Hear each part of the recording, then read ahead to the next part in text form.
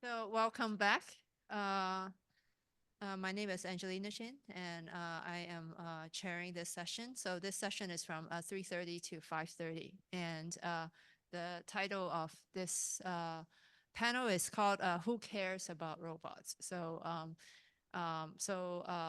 it's about the stakeholders and in robots and in assistive technologies. Actually, some of the presentations are not just about care robots, but about assistive technologies in the wider context. Like robots are always like attractive and draw people in. So that's kind of our catchphrase. So I want to introduce the speakers first. And so because this panel, one speaker has recorded a video, so we're going to play her video.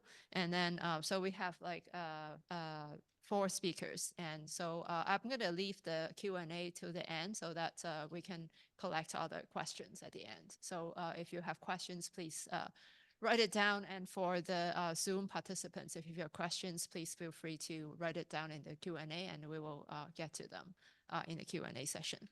So the first presenter is online, and she can't be here physically today. Is Giulia Togni, and she is an interdisciplinary social scientist specializing in science and technology studies, and holding degrees in social anthropology and Japanese studies and legal studies. She is currently a Chancellor's Fellow in Responsible AI and Robotics Innovation in Healthcare at the University of Edinburgh Medical School, having worked there since 2019 on the Wellcome Trust funded project AI and Health, and since 2022 as principal investigator on the Wellcome Trust funded project Caring Machines. The second speaker is Jorge Luis Copete Vasco, and he completed a Master of Engineering at Osaka University in Japan, focusing on developmental robotics, which integrates robotics, machine learning, and human science. His main research topic is the role of multimodal integration of sensory signals in action goal prediction. He conducted a short-term collaboration project during his research stay in Germany and joined courses on humanoid robotics in Italy. He works as a freelancer, developing software for startup projects in Japan, creating XR technology applications and applications managing CO2 emission data. And our third presenter today is Hidenobu Sumioka, and he received the PhD, his PhD in engineering from Osaka University as well in 2008. Since January 2012, he has been a researcher at Hiroshi Ishiguro Laboratory, the ATR, Advanced Telecommunications Research Institute International. Currently, he's the leader of Presence Media Research Group in Hiroshi Ishiguro Laboratories. He is also an associate professor in the Graduate School of Intercultural Studies, Kobe, since 2016. His research interests include human-robot touch interaction, application of social robots to elderly care, influence of social robots in brain activity information theory. And I will be the last speaker. And I am currently associate professor of history at Pomona College. And I am not, I don't study robots, and I feel the least qualified to speak. And my research interest actually is about mostly about urban identity and citizenship, as well as transregional connections in East Asia. So currently I'm working on two projects related to disability. One is about blind workers in Hong Kong, and a second project is the development of assistive technologies and devices for disabled and elderly people around the world. And I started this research with an Abe Fellowship in 2019, and have been kind of doing research on this in the summer when I don't have to teach. Without further ado, we will hear from the first speaker, and the title of Giulia de Togni's talk is Social and Ethical Concerns Surrounding the Use of AI and Robotics in Healthcare. Hi, my name is Giulia de Togni. I am a Chancellor Fellow, a Wellcome Trust Fellow, and a Turing Fellow at the University of Edinburgh Medical School in Scotland. Thank you so much for having me. I'm really sorry I couldn't make it there in person, and I'm truly grateful to the organizers for accommodating me. I look forward to hearing from you after the event. Please do not hesitate to get in touch with me via email. I will be delighted to hear from all of you. If you can just bear with me now 1 second, I will try to share my PowerPoint, which hopefully you will be able to see. I would like to start my talk by asking a question that many of my collaborators who are robotics engineers really struggle to answer. The question is, what is a robot? A robot, as defined by the International Institute of Electrical and Electronics Engineers, is an autonomous machine capable of sensing its environment, making decisions through computations, and executing actions in the real world. This distinguishes robots from software-based artificial agents, often referred to as bots, which arguably lack direct influence on the physical world. Indeed, the distinction between robots and bots hinges on the embodiment and physical interaction capabilities of robots, which bots appear to lack. However, why is the influence of a bot on the real world considered less direct than that of a robot? And how autonomous and intelligent should a robot be? And finally, what do we even mean by intelligence? These are questions that have no easy answer.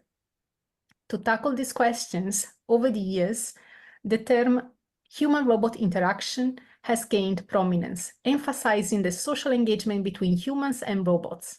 My talk today focuses on human-robot interaction experiments and centers on robots with hardware, focusing on social robots employed in the health and social care sectors. Drawing on a cross-cultural study comparing Japan and the UK, I address the ethical implications arising from this kind of robots. Now, if I say the word robot, what is the first image that comes to your mind? Pop culture influence. Perhaps. If you are originally from Western Europe or the US, your views are most likely to be biased by these pop culture references. Over the past century, Western pop culture has frequently portrayed social robots in literature, cinema, and science fiction as humanoid machines with potential for rebellion. Such portrayals often tend to sensationalize their capabilities. The fear of robots taking over, as depicted in works like Blade Runner, iRobot, and The Terminator, and also concerns about AI deceiving us, as seen in 2001, A Space Odyssey, and Ex Machina.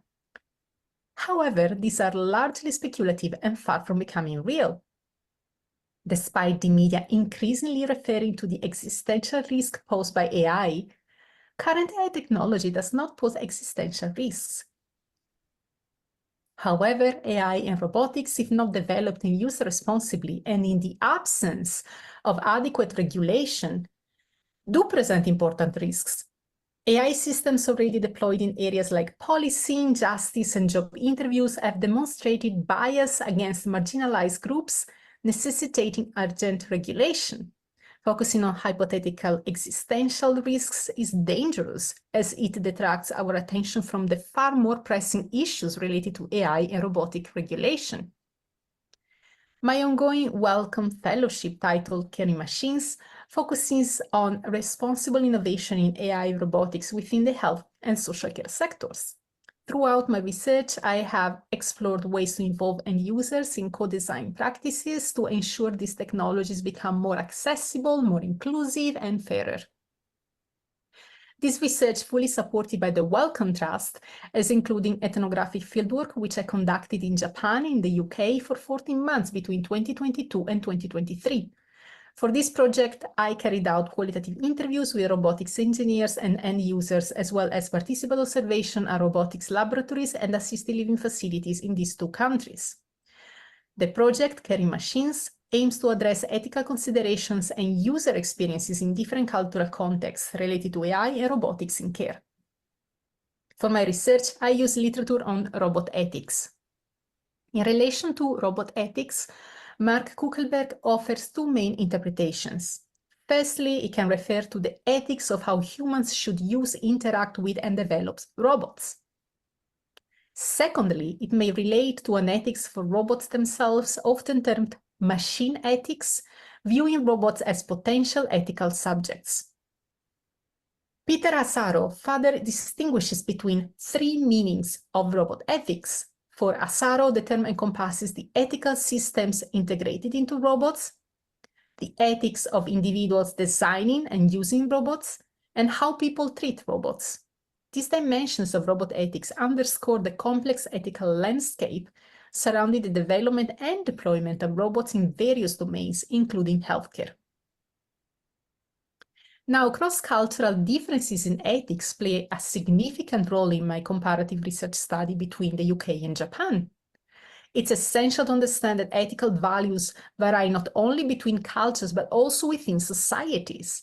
Disagreements arise, for example, regarding what constitutes good quality care, its components, and the desired future of care as AI and robotics become increasingly integrated into healthcare practices.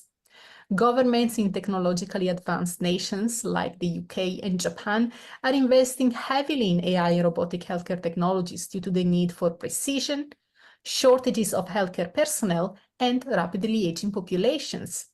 These investments will bring about substantial transformations in care delivery and the quality of life for both care workers and care recipients. Now, in contrast to the UK, where general attitudes towards AI and robotics in healthcare tend to be slightly negative, Japan often serves as an example of positive attitudes towards robots. Common pop culture icons are, for example, Doraemon and Astro Boy, which have shaped Japanese people's attitudes, portraying robots as loyal and friendly companions. Moreover, Japanese roboticists have intentionally designed robots to be non-threatening, cute, and approachable. This is exemplified, for example, by Paro, a robot baby sealed for older adults with Alzheimer and dementia, by Aibo, a robot dog for companionship, and by Pepper, a humanoid robot for entertainment and for encouraging physical activity amongst older adults. In Japan, especially over the past 2 decades, emotional attachment to machines has become a phenomenon leading some individuals to even organize unofficial wedding ceremonies to marry their favorite fictional characters, dolls, and robots. Some advocates argue for granting rights to these objects. Now, the debate about whether inanimate objects like robots should be given rights is absolutely not unique to Japan. However, it seems more prominent there than elsewhere. This may in part be due to social issues specific to the Japanese context, like the decline of rural communities, widespread social isolation, especially in large cities such as Tokyo, and the disintegration of intergenerational support networks across the whole country. In Japan, social robots are often portrayed by the authorities as a possible solution to the shortages of care workers amid a rapidly aging population, with estimates suggesting that citizens aged 65 and above will make up 40% of the population by 2050. While other countries face similar challenges, Japan's hype narratives uniquely position AI and robots as saviors, reflecting the government's technological solutionism, which assumes that technology can solve these major social issues. This stance, however, overlooks alternative solutions like, for example, raising care worker salaries and increasing immigrant labor, solutions that have historically been resisted by the Japanese government. The prevailing narratives in Japan revolve around the potential of AI, Internet of Things, and care robots as solutions to support independent living for older adults. These narratives were particularly driven by former Prime Minister Abe Shinzo's vision of transforming Japan into a robot society, starting from year 2015, which was deemed by Abe as year one for robotizing Japan. I will now ask the organizers to please pause this recording and show you a short video exemplifying the vision that former Prime Minister Abe Shinzo and his government had in relation to transforming Japan into a robot society, Roboto Shakai, or as they name it, Society 5.0. Please play the video.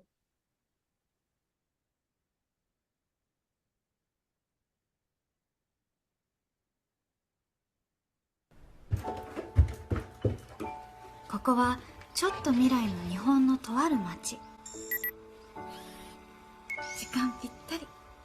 IoT や AI 技術によって叶えられるソサエティ 5.0 の社会です。おはよう。朝ごはん何にしようかな。スムージーはいかがですか？いいね。そろそろお出かけの時間です。よっ。コロッケパンとミックスサンドいつものお店でお願い。注文しておきます。昨日から血圧が高いみたいですが。あら、そう？おばあちゃん行ってきます。いってらっしゃい。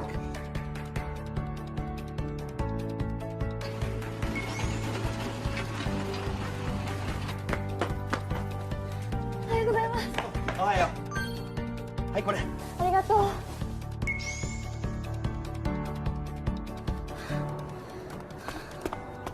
危ねえ、間に合った。先輩。ああ、お前も乗るとこ？はい。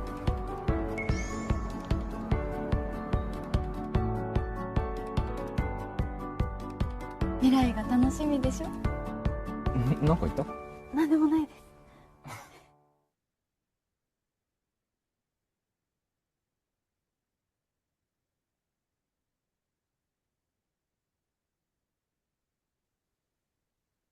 Welcome back. Hopefully you managed to see the video.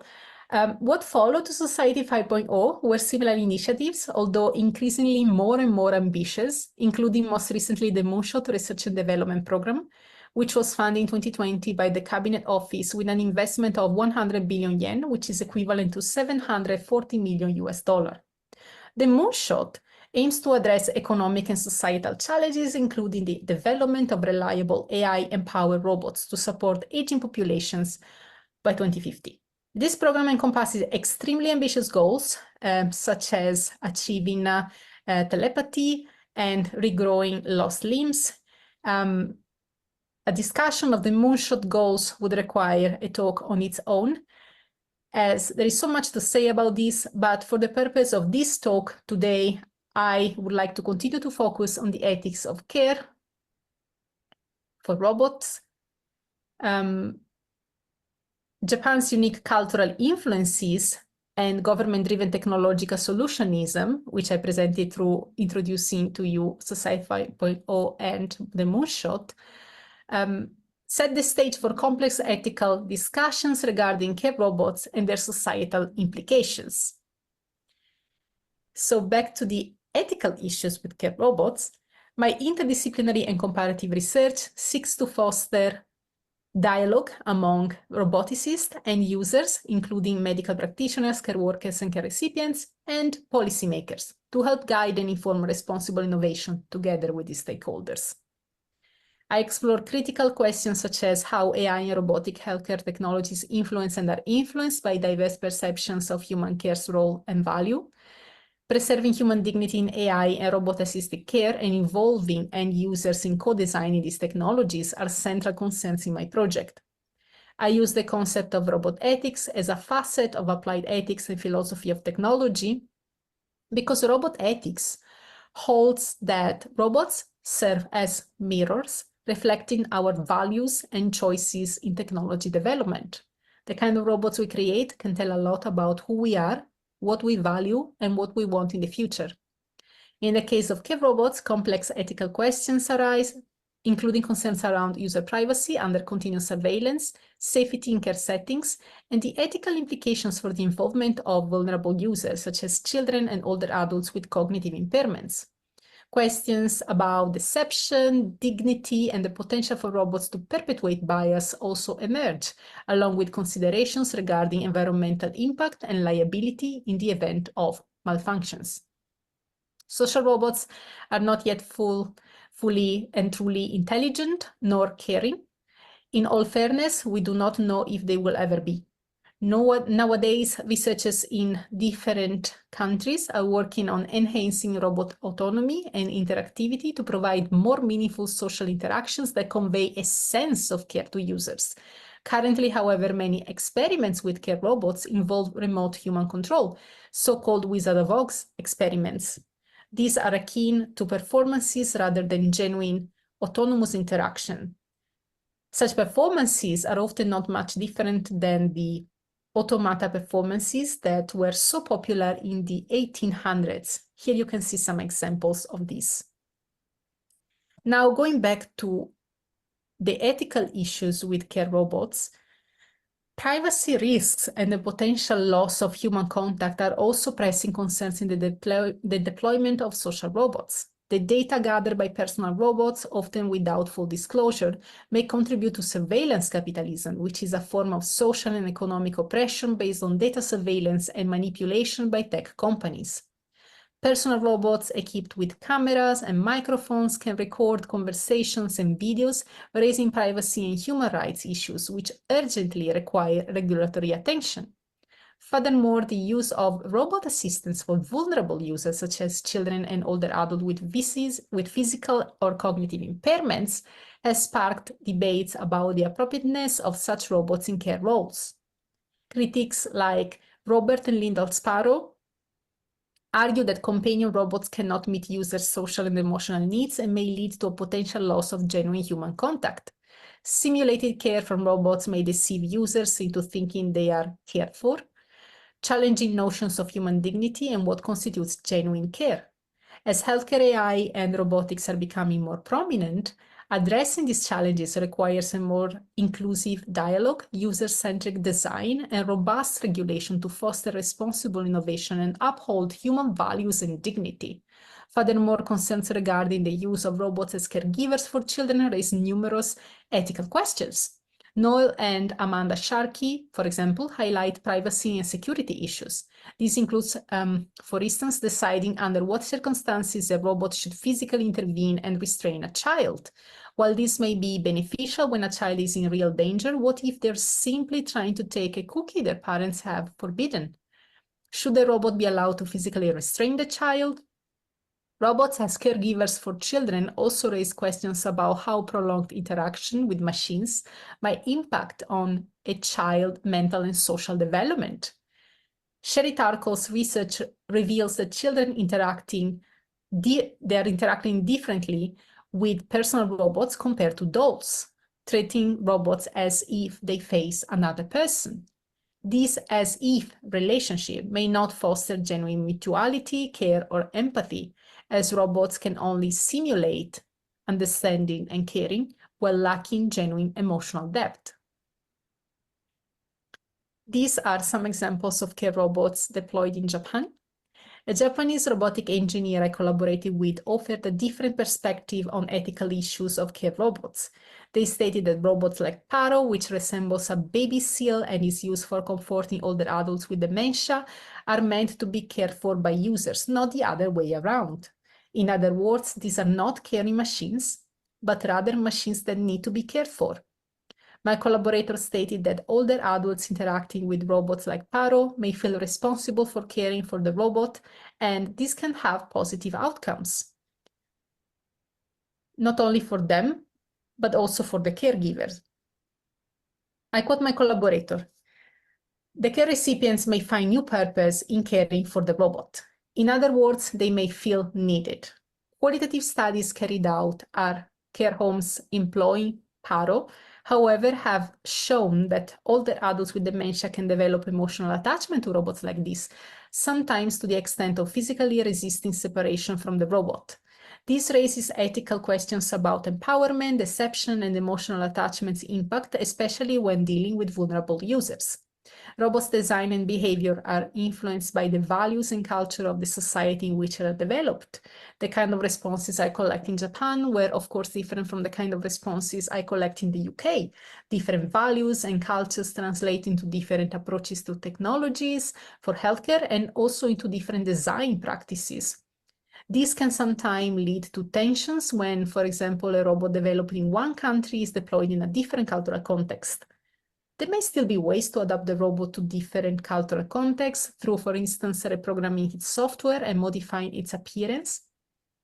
Japanese robots, with their non-threatening, friendly, and cute kawaii design, are particularly popular in human-robot interaction experiments, not only in Japan, but also abroad.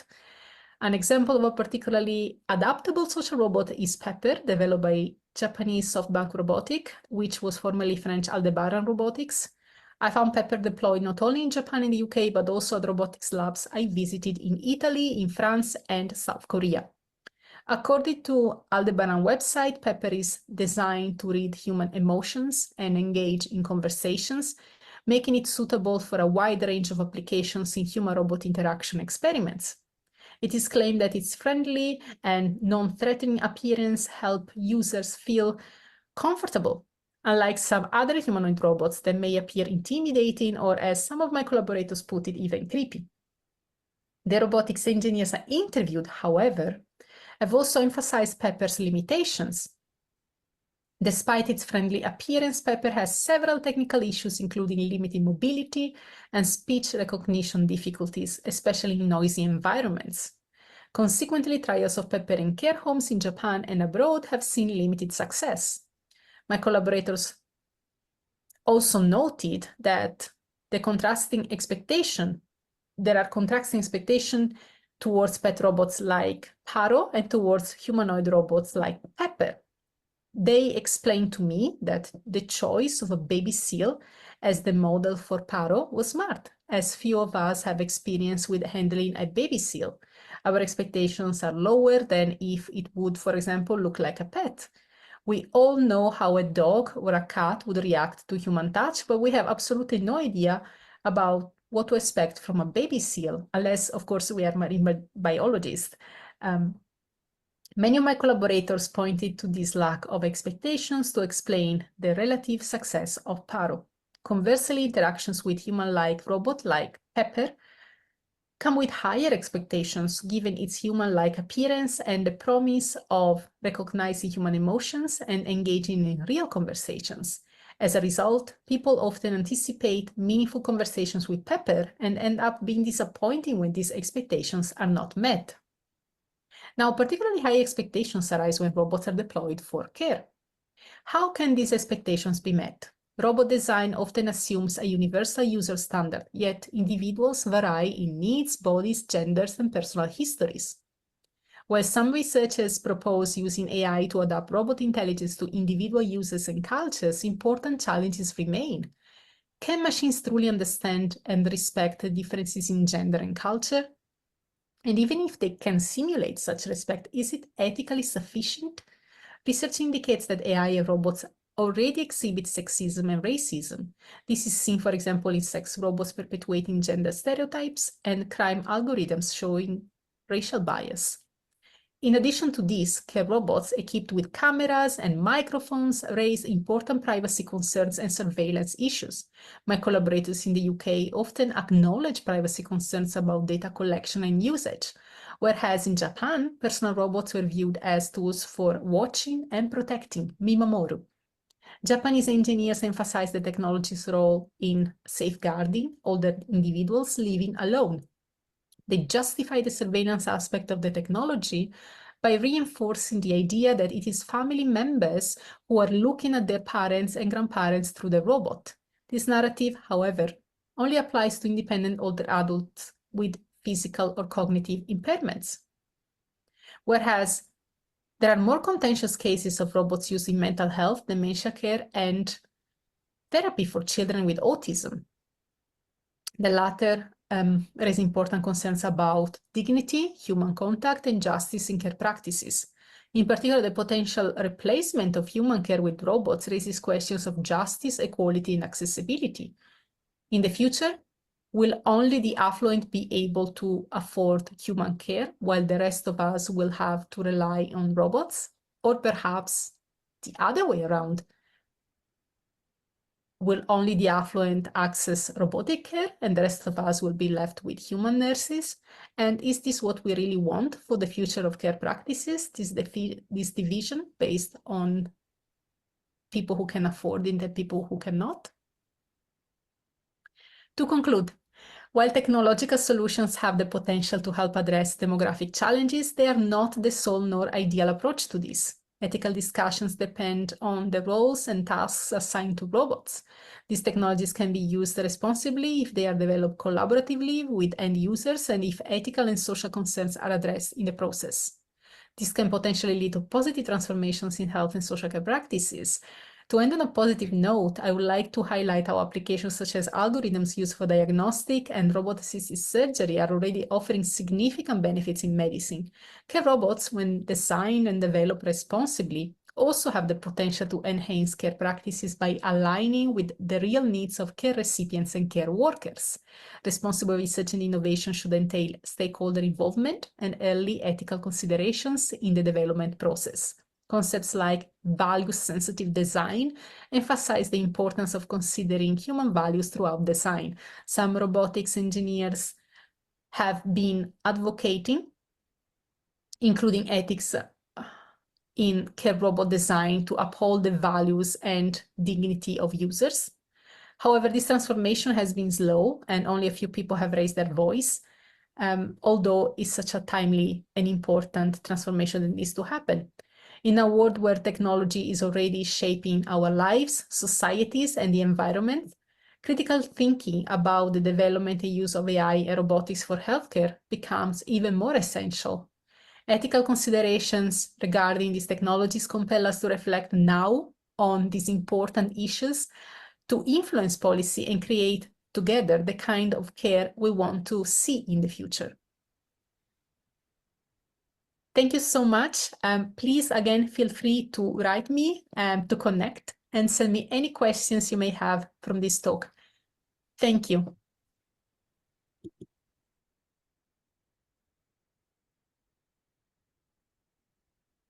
Our second speaker is Jorge Luis Copete Vasco, and the title of his talk is Perspectives on the Methodology for Multidisciplinary Collaboration to Bridge Robotics and Caring for Disabled People, based on my experience in robotics studies in Japan.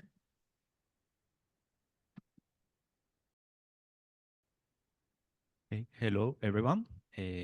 So it's my pleasure to be here. I'm glad to visit for first time I have been like in transit once or twice in Los Angeles and in Claremont first time also. So I'm so glad to come here and know Pomona College. So my talk, the title is, as you can see, is about a methodology for multidisciplinary collaboration that we conducted in our university, in my university, my former university in Osaka University in Japan. And I want to share some like reflections about how was my experience in that university. This is a photo in 2015 when I started my studies in Osaka University. And okay, I will start introducing about our study. First, I want to give a short self-introduction. So this is like a brief introduction of my career. I'm electronics engineer graduated from Colombia. This is my country. And after graduation, I had a IT engineering position in a company for 3 years. After that, I was granted a scholarship by the Japanese government. And I moved to Japan, and in Japan, I did my master studies in engineering. My specialization was especially in robotics, and I also actually I did my 3 years program for PhD course. After the 3 years, I just left. I finished the program. I left. I may have chance if I publish some journals, publications to get the PhD, but I'm not yet working on that. And after that, I joined a company in Osaka again in Japan as a software engineer. I worked there for 3 years. And from 2022, I just became a freelance developer. So currently I'm working on several projects on software development and also for virtual reality.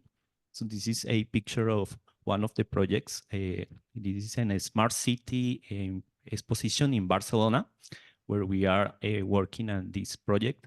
Actually, this project is from a former colleague also from my lab. She's a psychologist. She's a Japanese psychologist, and she was also interested in collaboration, and she joined our laboratory, and now we are working together in these projects. So about my robotics background, I just in short say that my specialty is on computational modeling of multimodal signal phenomena. So it refers to, for example, when you have interactions with other people, you use the vision, you use the tactile information, you have audio, you have several information, and the integration of this information is what gives means to the interaction with others. So this is like the several robots I was working in Japan, the Italian ICAP, the German Floppy, this paper that you hear about that actually is a bigger version of now robots. There is these robots below. They actually, the software is almost the same. They just made it bigger and with a little bit upgrades, but it's actually similar. And I had a nice experience in the university. We had a robot soccer team, and I was member of the group, and I also became leader in the group, and we were having competitions in Japan and also in world competitions for these robots. So it was a great experience. So this team was composed by Japanese, but also there were Chinese and also people from India. So it was a nice experience. So actually, I'm half a background in robotics. I have my studies are not so much related to the specific study of application for caring. But so my connection here is because first, I have the chance in 2019 to meet Professor Angelina in a visit that she had with her students to study about approaches for barrier-free cities. And I was a translator because they needed some person who could understand the background of the people in robotics. They were visiting a laboratory there, and I could also speak some Japanese, so I could help somehow during that visit. So she contacted me and she was interested, okay, let's make more collaboration. So may you give a talk about your research and your work. So I was thinking about what I could talk about. And I think my talk will be about how can we integrate robotics research better into social needs? Because we have robots, there is research, but there is still a gap in how do we apply it in actual social needs. So I want to give some reflections about one specific topic that is about working in a research group integrating robotics with human science fields. So that is one of the main claims of our laboratory, especially by my former supervisor. So I came back to my research group to start my explanation. So we were a group composed by not only engineers, actually we were 6 engineers, but we also have 3 researchers from psychology and neuroscience, and they were collaborating directly in the research. They were not just like advisors, but they were in our laboratory and they were conducting research in this group. Also, we have some researchers from basic science, mathematics, and we were around 16 students. And you can see here, I'm not sure if you may know this robot. This was quite famous, like I guess 20 years ago, Cyber Square. This was a robot that was shown as one of the Japanese, in many documentaries, you can see this robot showing how you can teach a robot like to stand up and acquire those abilities. So what is special about this group? That this group is working on a field that was proposed around 20 years ago. I call it here developmental robotics. Well, actually, this name have been changing over the years. So you can see there are different names because there are several researchers targeting the same purpose. And the special point about this field compared to others that I will call like traditional approaches is that the traditional approaches are trying like to replicate, for example, how humans do some actions. So you see human raise the hand or the human walk. So the traditional approach is just to, okay, let's imitate a mechanism so the robot just walk and raise the hand. But here it's not about that, it's about understanding, in the case of humans, how these abilities emerge through interaction with the environment. And what are the mechanisms, internal mechanisms we have that through the interaction let us acquire those abilities. So these are the main claims of this research field.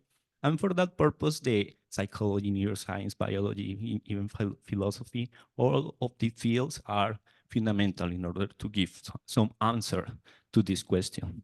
Actually, this is not about only creating robots. Their purpose, and many researchers in the field are sometimes more interested in understanding humans and using the robots as a tool to understand humans rather than actually creating robots. Okay?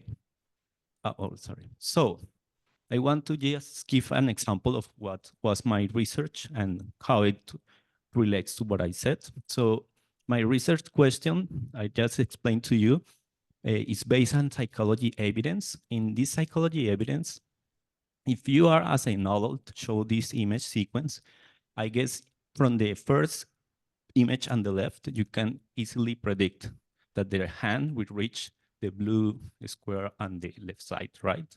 But actually, this is not an ability that we have when we are infants. When we are earlier than 3 months old, earlier than 3 months, we are not able to do this kind of predictions. This is an ability that is acquired through the development.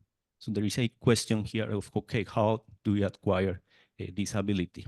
But not only that, they found a correlation between the ability to do these predictions and the ability of those infants to make similar movements. So they found a correlation. So we were interested, okay, so what are the mechanisms enabling this ability and what is the relation with the physical abilities? So just in brief, our proposal was to work on a computational mechanism that tries first to explain the emergence of this ability through the learning of the sensory signals, as I explained, the multimodal sensory signals that we acquire through the interaction with the environment. So through the observation of past interactions, we can internally memorize these past sensory signals. And then we propose there is an internal mechanism that is able not only to learn this, but there is an internal mechanism that can simulate internally before you complete the full interaction to simulate what is the coming future signals. That's one. And the other is that this mechanism internally is trying to minimize more specific, the more special word is like error minimization is called. So you try to minimize the error of what you predicted with the actual world that you are observing. So this is what in this field we propose as the explanation of why we try to predict others. Okay, so this is, oh, I'm not sure if I can. Oh, yes, I can. So we conducted some first experiments and the first observation part. So this is like a typical reaching action. So we first focus on the visual part of, okay, when we are observing actions, where we are looking at. So for this, we first relied on what is called saliency. So the saliency, it means is what are the most prominent parts of the field of your view who attracts more your attention. So based on this information will be learned. And computationally, we just make some predictions of how it works. So more than the complexity of the computational mechanism to achieve this, the proposal itself of how we achieve it is the core of our work. Because actually doing this kind of prediction is maybe not hard for a computer, just using some systems. Then we were working also on the reaching part. So this is an example of before you are doing on the left, you are doing some reaching with it. This is a simulator, a ICAP simulator. And on the right, you can see during the action, there is some image. And the lower one is the one that tries to predict where the hand will be reaching even before the hand is reached. In this case, the prediction is creating the whole image. It's not only showing where, but it's actually creating an image of the whole interaction. Okay, so this is the basics, but I want to emphasize, maybe I should click here.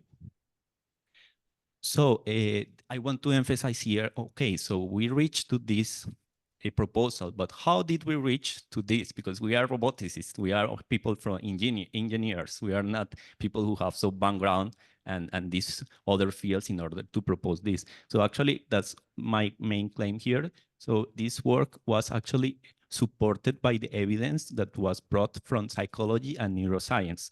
So the members of our lab, as I explained, they are not only engineers, but they come from these fields. So they were able to provide us some important evidence from psychology, neuroscience, theoretical neuroscience, and the mix of all these fields is what made that made available this proposal. So, and then I want to move to the disabled caring part based on this background of how was my group research. So what lessons can be learned from our research group's methodology to integrate robotics into the disabled care? So these are like my reflections about this. And first, I want to share briefly the methodology of our work. We were a group of people from robotics and human science, and the typical work in our group was having weekly meetings, and we were having feedback directly with human scientists and engineers, and we were having discussions. So we engineers were proposing ideas, and the psychologists and neuroscientists, they were also replicating our idea. They were giving feedbacks. But not only that, but also we, the engineers, we were supposed to give discussions about the other fields. So we were actually reading papers in psychology and neuroscience. And our conference and symposiums were not only engineers. We were calling people from psychology and neuroscience and attending those events as well. And the publications were in mainly engineering, but also in human science. Actually, another reflection for my work is about some challenges that still exist in this multidisciplinary work. One, and it's the biggest one, I think, is there is still some difficulty to have a actual interaction with people with other fields who are mainly working on conceptual level. So they are discussing about many concepts of what robots and how humans should behave, but there is no actual applications where they join and propose is let's do something and let's start like doing trials to see how it happens. So that's one of the challenges I still think we are facing. And the other one, this is another big one also, is that when you have research in robotics, usually it's not common that people consider the outcomes from robotics like something that you should analyze from a scientific field. It's more like you are expecting actual solutions to problems. So if the robot do some behavior or do some acquire some abilities and you get some data, maybe it's something that is not actually seen like a source for getting more new like questions. So these are like two of these. And finally, just to summarize, to conclude, I want to do some small suggestion of what I would do if I was in charge of a team in robotics trying to make collaboration with disabled caring people. So first, I will hire experts in caring for the disabled. That's what will be one, but not only experts just to having them, but also to teach them about engineering.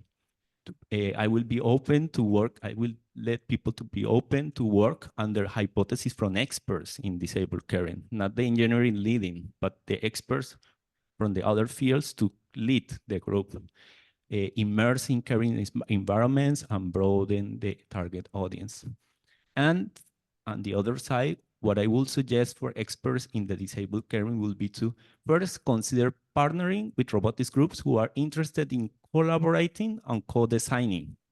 So it's not like the engineers, we have the technology we created, let us know what you want. No, I want you to come and work together and let's design this together.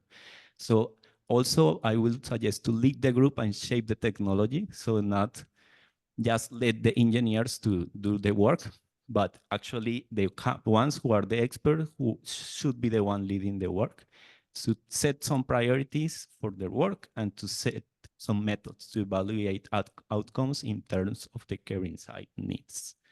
So my summary, I think that a proper methodology to integrate robotics with other scientific fields could bring us a new solution for applications.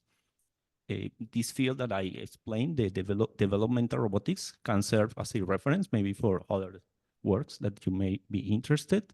And I think, as I said, that the co-designing of robots by integrating hypotheses and leadership from the disabled care side will lead to better solutions. So that was my talk. Thank you so much.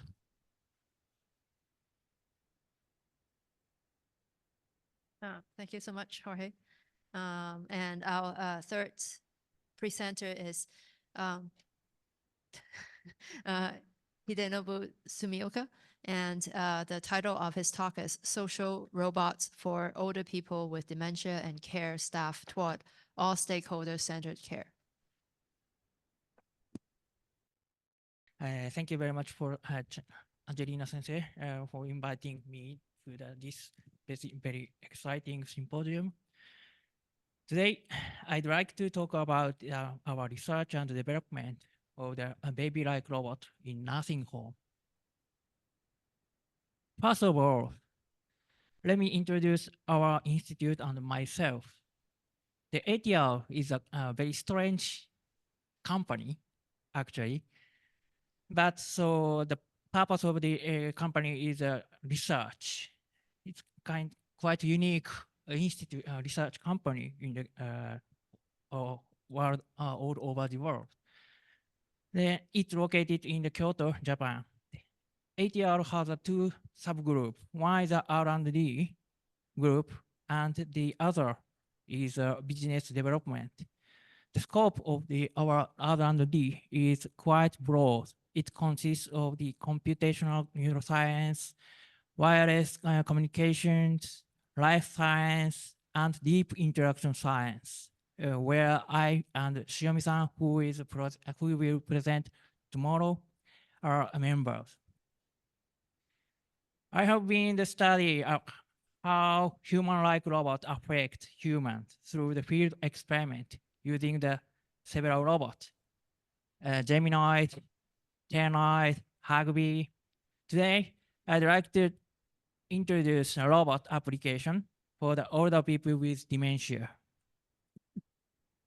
Because dementia is now a serious social problem worldwide. This is because dementia has a significant impact not only on the person affected, but also the caregivers around them. The core symptoms of the dementia are cognitive impairment, such as memory loss, but in addition, depending on the surroundings, environment, and personal conditions. Problematic behavior such as aggression, delusion, and depression may occur, which are called behavioral and psychological symptoms of dementia, BPSD in short. This places an increased burden on the caregivers who must pay constant attention to the dementia patient. Therefore, reducing the BPSD is one of the most important social issues in this field. Currently, so there are no effective medicines for the dementia and the BPSD. Therefore, non-pharmacological methods that do not use medicine are considered first. Previous study reports that BPSD increased when older people with dementia are inactive. That means, so therefore, researchers tackle how we can increase the opportunities for people with dementia to interact with others. The various efforts are made to achieve this issue. Among them, the communication support using the various companion robots is addressed. Our group also paid particular attention. Our group has paid particular attention to the human-like robot, developing the Telenoid.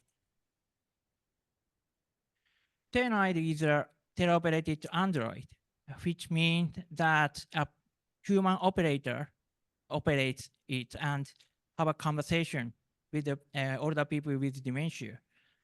We try to make them look human, but as neutral and as ageless as possible. This is so that it can be an alternative to any human operator. If a Telenoid has a male appearance, please imagine if Telenoid has a male appearance, it would be difficult to convey the impression of the female operator. Instead, the operator's voice and movement are transmitted through the Telenoid, allowing the person to feel the Telenoid as if it were the human operator. I will show here how Telenoid works. But it has no hands, feet, nor ears.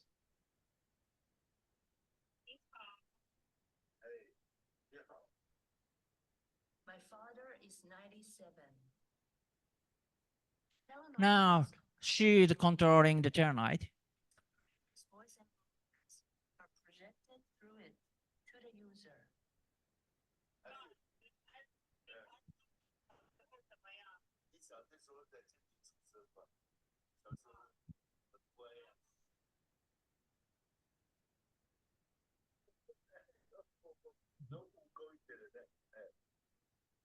Telenoid can move its head. It can also give hugs. Yeah, this is a quite simple robot. But if it was difficult for him to communicate, Telenoid may be a big help for our family. Here, Telenoid is not only positively accepted by the older people in Asia, but also we also found a similar effect of the Telenoid in the Denmark.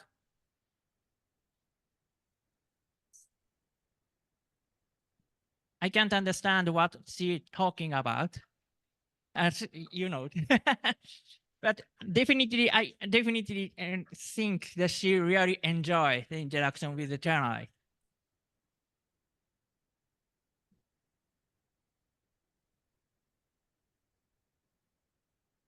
Yeah, as you can see, the Telenoid is very positively accepted by the older people with dementia. However, in our experiment with the Telenoid, we realized that we have overlooked the needs of caregivers. One nursing staff said, it will help us to reduce the workload greatly if residents could be kept calm for even 5 minutes. Therefore, can you think of the solution that doesn't involve an expensive and highly complicated machine, but just something that can be easily handled over to the residents? I think that this message is completely different from our design policy of the robot. They just want to say easy to use robot that would calm an elderly person for just 5 minutes, not complicated, expensive. The previous study and development with the companion robot, including the Togni, of course, has mainly focused on the developing the robot for older people with dementia. However, unfortunately, they are not used continuously in the nursing home. As someone said in the first session, there is a 3 months, 3ヶ月の壁. I think that this is because we have developed robot without considering the burden on the care staff who operate them in the nursing home, and on the facility administrator who decides to introduce them. In order to realize a robot that can be used continuously in the nursing home, it is necessary to consider the impact of the robot on all stakeholders, not only older people with dementia, but also care staff and facility administrator. So from this perspective, we began to redesign our robot. The interaction between the Togni and the old people with dementia gave us a very interesting insight. Where we observed their interaction, older people with dementia treat Togni as a like child. For example, they said, "It's cute. Can I hold it? How old are you? Is it boy or girl?" This tells us they seem to prefer robots that looks like children. In addition, there are previous studies also support our findings. Cohen Mansfield and her team explored what is very attractive for the older people with dementia. This is a list of the various stimuli given the older people with dementia people, ranked in terms of how long they stayed engaged and how often they spoke to them. The results show that number 1 is communicating with research assistant. This is the most appealing stimulus for the dementia people. Interestingly, the second most attractive was a human baby. And the results show that the communication with the human baby, and the second most attractive, and also here, so we can see the baby doll, real life doll. It's a baby doll.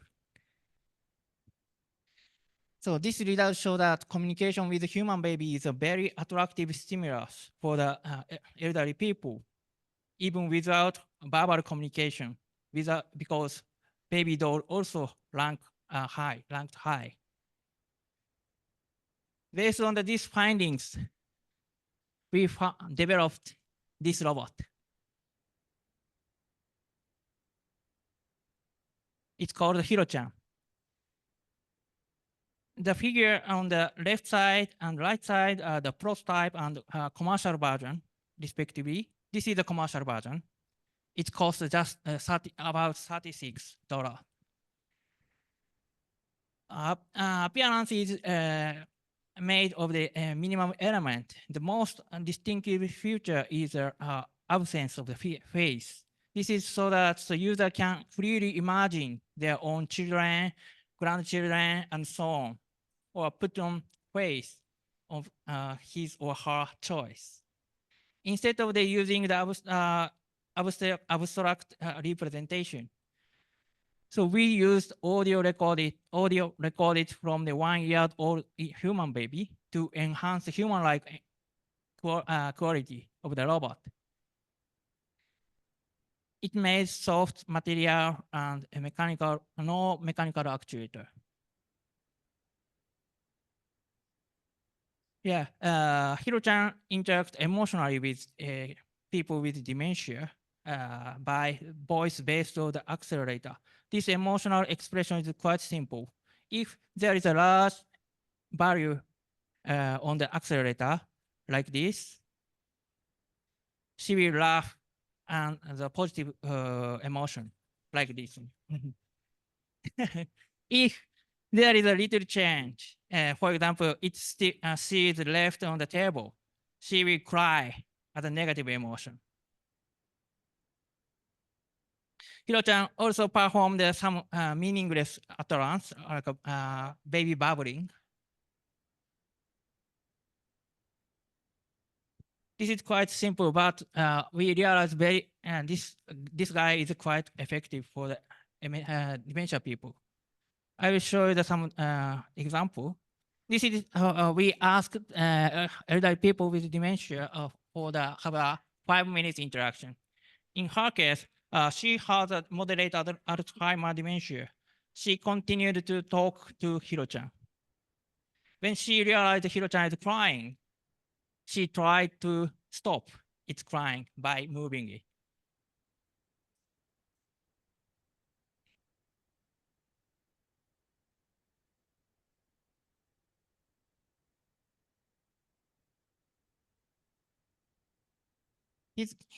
In his case, he has a mild dementia.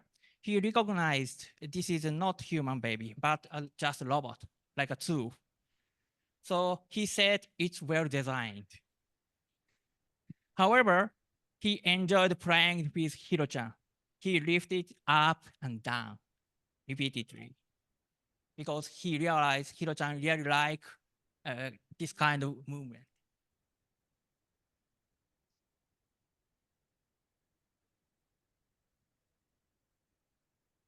Yeah, based on these observations, so we have confirmed that older people with dementia show the positive attitude toward Hiro-chan at first time. But however, what about long-term introduction? In the nursing home, we conducted an experiment to find out what impression the nursing staff and facility administrator would have. In this experiment, we introduced Hiro-chan for 2 weeks. 9 dementia people participated in the experiment. We prepared 1 Hiro-chan per participant. That means so we provide 9 Hiro-chan to that nursing home. The care staff give the Hiro-chan when they are free and participants are inactive. The care staff observed and report the participant responses to Hiro-chan. Interestingly, so since due to the COVID-19, we was not able to enter the nursing home. Just we sent Hiro-chan to the nursing home. Then we asked care staff to do the experiment. This is an actual report by the care staff. Based on this report, our experiment assistant, who were not aware of the purpose of this experiment, classified participant reaction to the Hiro-chan and 3 categories: positive, negative, and neutral. Here is the result. Unfortunately, in order to confirm whether participants actually continue to use Hiro-chan, we compared their reaction on the first day and last day. Unfortunately, results show that while all subjects respond positively to the Hiro-chan on the first day, but only about 30% of the subjects show the positive reaction on the last day. But why this happened? To understand this, we interview the care staff and facility administrator. Then we realized that Hiro-chan is crying caused two problems. One is that Hiro-chan crying caused some subject to become confused and avoid using next time. Of course, some subjects, like a woman in the video, has a good skill, but so that is quite rare case. Another point is that Hiro-chan crying affects the people around them. Yeah, some residents that just said shut down that robot. Care staff also have to pay attention to that robot. Okay, maybe so we crying is not very problematic. So let's remove that. To examine this possibility, we conducted another experiment for 1 month. In this case, so we removed the crying sound from the Hiro-chan. Then rest is same. So see what happened. This is the result as we expected. So the participant response different drastically from the experiment 1. The participant in this experiment 2 did not change their attitude between the first day and the last day. This indicates that the participant continuously accept Hiro-chan. We got an important implication from this experiment. The Hiro-chan's presence affects not only the person who is actually interacting with her, but also the people around her, positively and negatively. So nothing staff said, when I heard Hiro-chan's laughing during my work, I felt good. That laughter might improve the atmosphere in the nursing home. We used the same robot except for the emotional expression, but result is completely different. So of course, the design of the appearance of the robot is quite important, but we also have to pay attention to the way of the interaction. So interestingly, there was a significant improvement in the mental health of the care staff. So this is the result of the GHQ, General Health Questionnaire about the mental health. So in this experiment, so before after the introduction of the Hiro-chan, social dysfunction, which is related to their satisfaction of the work and life, improved significantly. Based on our findings through this experiment, we have proposed a technology acceptance model for the Hiro-chan from the perspective of the all stakeholder. This is very complicated. Sorry, I'm past. Okay, now we are planning the larger experiment. So from this experiment, so in this experiment, so very important point is that we take the co-design approach with all stakeholder. Actually, so I don't remember how many times update of the version of the robot. So after iteration of the conversation with the all stakeholder, appearance is the same. But so internal hardware is completely different. For example, so some nursing staff said, so we need Hiro-chan, which is washable. Then we try to separate the mechanical part from this robot. And also, so we removed crying sound. Then from next step, so we try to develop the programmable baby. Then I hope we can provide you if you like it. Okay, this is summary. Then currently Hiro-chan goes over the world. Now, yeah, so far, so there is no Hiro-chan in the USA, but now there is one Hiro-chan here. I will present Angelina sensei. Okay, thank you so much.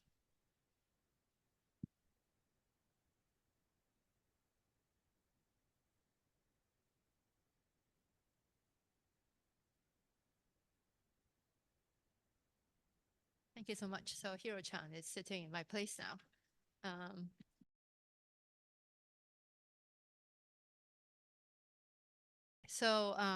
I am Angelina Chin, and my talk is Can Seats Needs Collaboration Make Assistive Technologies More Practical? So you will find this much less entertaining, after Sumioka sent his presentation. And also I have to apologize because I was so busy running around. So this is quite scattered and it's preliminary. So, hope it's not too painful to listen through this.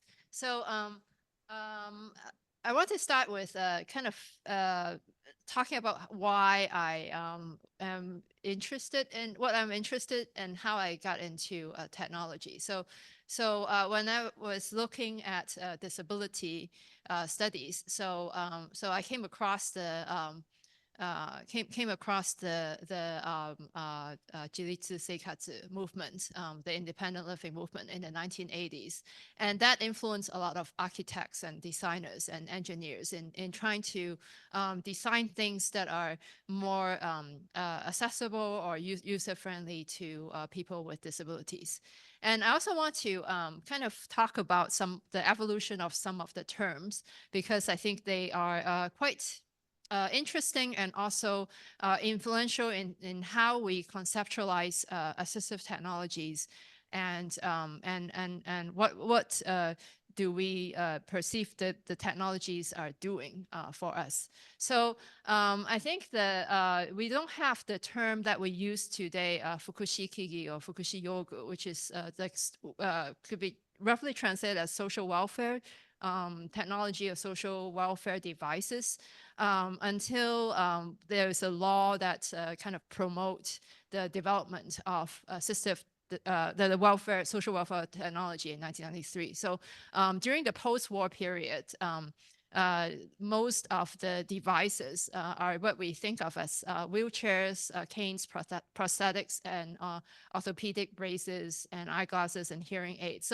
So they were promoted as hosogu, or you can say they are tools used by persons with disabilities to supplement or substitute their bodily functions, and are intended for prolonged and continuous use.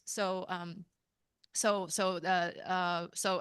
it's made especially for veterans who were injured during the war. So the first kind of type of assistive technologies were promoted as such, and then later on, there was the popularity of rehabilitation devices, rehabilitation kigu, and they are made to help people to become normal again. So we from early on we have these concepts about like people who need kind of these supplementary tools to help them to become normal, or people should train themselves to become normal. So that's what the rehabilitation devices are for.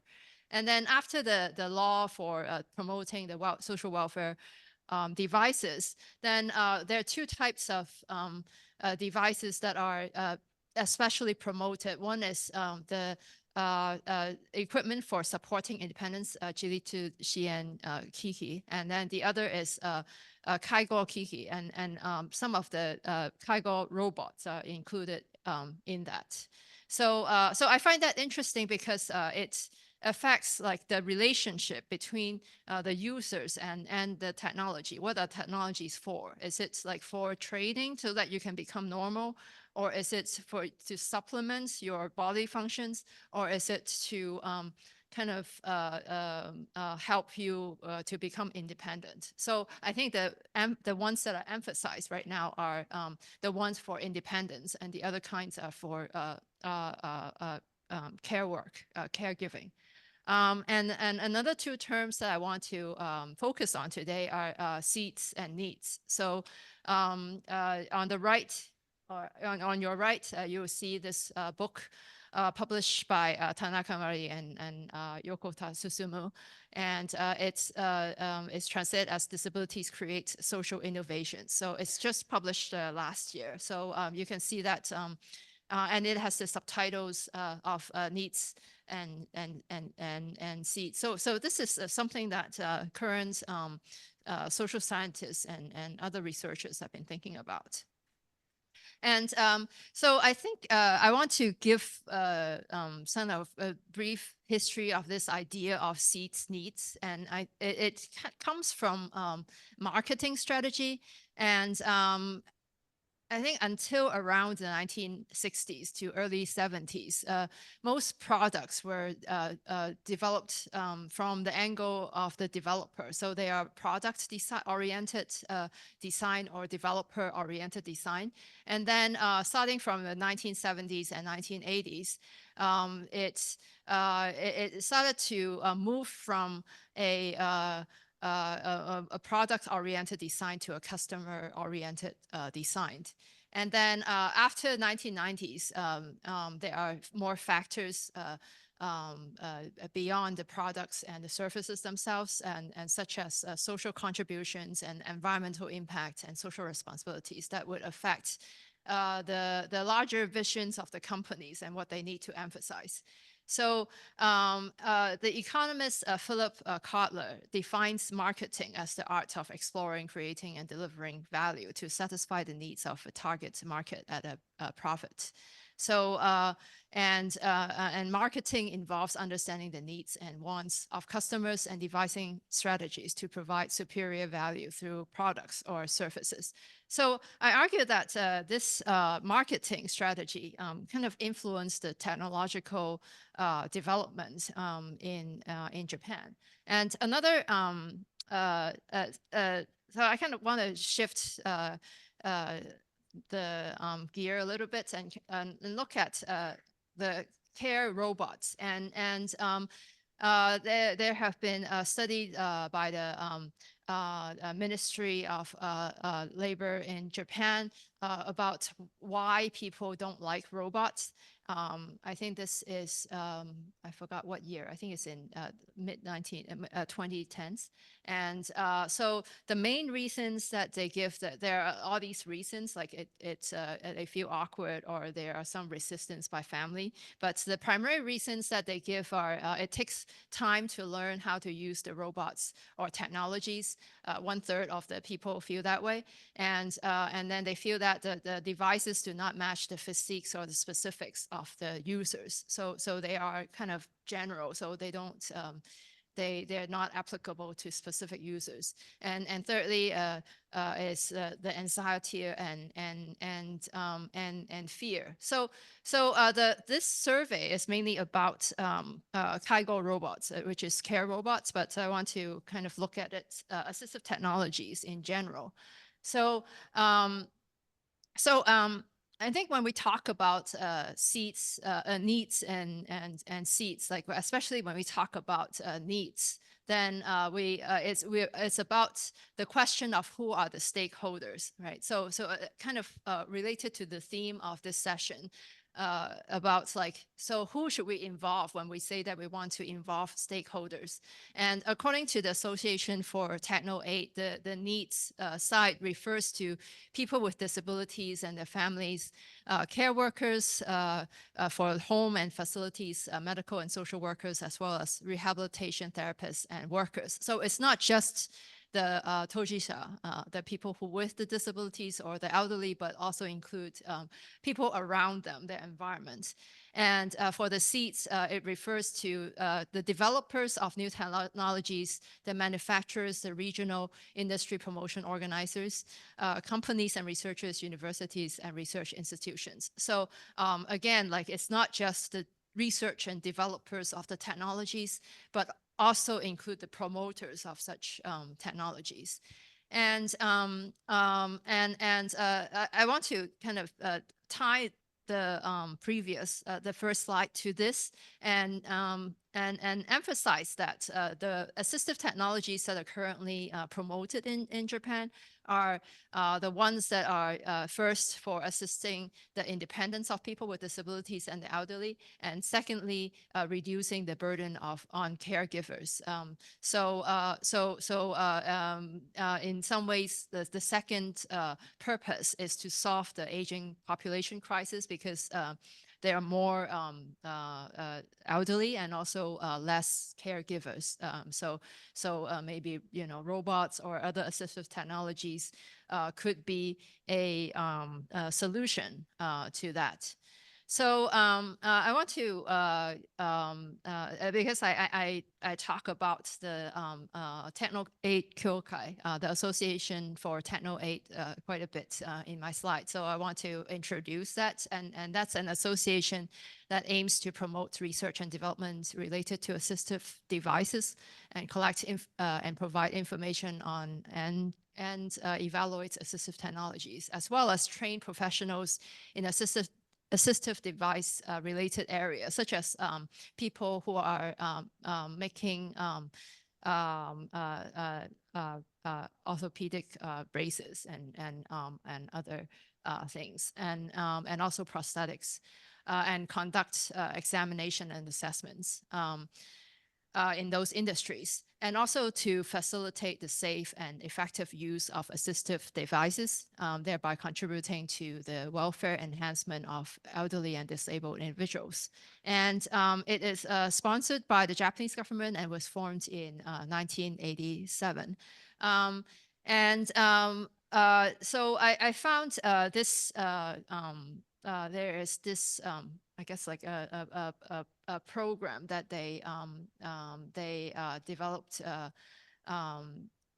a few years ago. Quite, I think it's quite highlights what they have been doing. So it says that in the development of welfare devices, it is crucial to commercialize devices that are user-friendly for people with disabilities at appropriate prices, and to promote their dissemination.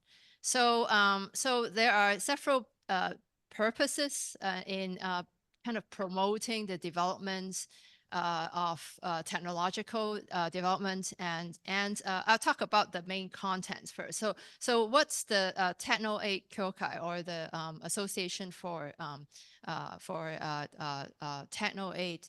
They first of all provide subsidies for the development of assistive technologies for people with disabilities. And secondly, they wanted to strengthen the seats needs matching initiatives. So these are for mainly small companies, and they provide the grants for these companies to collaborate with the stakeholders. And they also helped promote those devices and to help match them with the users. So the main processes of this includes, first of all, the seats needs matching, which I'll talk about it in the next slide. They hold several matching events, so that the seats, which are the developers and the researchers, will meet with the needs side, who are the users, and also the people supporting the people with disabilities, and also the people, the elderly. So these matching events, like they're not they're not commercial events. So no products are sold in these events, but just for them to exchange ideas about how to improve their products. And then a second process that they do is providing fundings for testing and evaluation in the production processes. So first, a company may, or just like a studio or a workshop, or for some volunteers may develop a product, and then they will make a prototype, and some of them will bring it to these seats needs matching events, or they will tell the Association for Techno 8 to help them find a matching monitoring organization, which are usually NGOs that have people who might use the device to test the product. And then they'll go back and improve the product. And then the third step is to popularize those the products that they have revised and developed. So so this is a seats needs matching event. It's this one is, I believe, is in 2019. So I think this is a good example of co-production by all stakeholders, the seats and the needs. And these meetings, the seats needs matching koryokai, or the matching exchange meetings, they aim to facilitate the matching of user needs and developer ideas on supporting devices, equipment, and creating opportunities for developers and users to exchange opinions using prototype models to ensure the practicality of the products.